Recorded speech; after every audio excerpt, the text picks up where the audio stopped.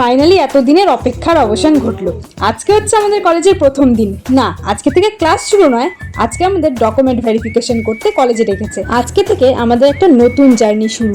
তাই তাড়াতাড়ি রেডি হয়ে ঠাকুর ঘরে প্রণাম করে ঠাম্মাকে, মাকে, বাবাকে, বাড়ির সকলকেই প্রণাম করে কিন্তু আমি বাড়ি থেকে বেরিয়ে পড়লাম। চলে গেলাম আমি আমার বেস্ট ফ্রেন্ডের বাড়িতে, মানে মুনদের বাড়িতে। মুন যেহেতু আলাদা কলেজ নিয়েছে তাই ওর সাথে একটু দেখা করতে গিয়েছিলাম। তারপরে চলে আসলো অনিভাও। এরা দুজনই কিন্তু আমার বেস্ট ফ্রেন্ড।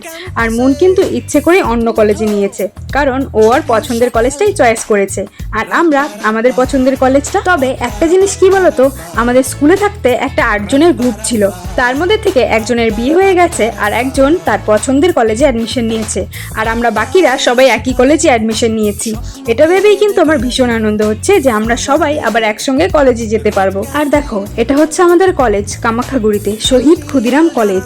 তোমরা কারা কারা এই শহীদ ক্ষুদিরাম কলেজে পড়ো আমাকে কিন্তু অবশ্যই কমেন্ট করে জানাবে। তারপর আমরা চলে যাই সমস্ত ডকুমেন্টগুলো ভেরিফিকেশন করাতে 3 তলাতে। এখানে দেখো কত লম্বা লাইনে দাঁড়িয়ে ডকুমেন্টগুলো ভেরিফিকেশন করিয়ে নিলাম। তারপরে চলে গেলাম একটু ক্লাসরুমগুলো ঘুরে দেখতে। আর দেখো এখানে লেখা আছে সাইলেন্স জোন, কিন্তু এদের তো সাইলেন্স দেখো একদমই সাইলেন্স নয়, হেসেই যাচ্ছে এরা।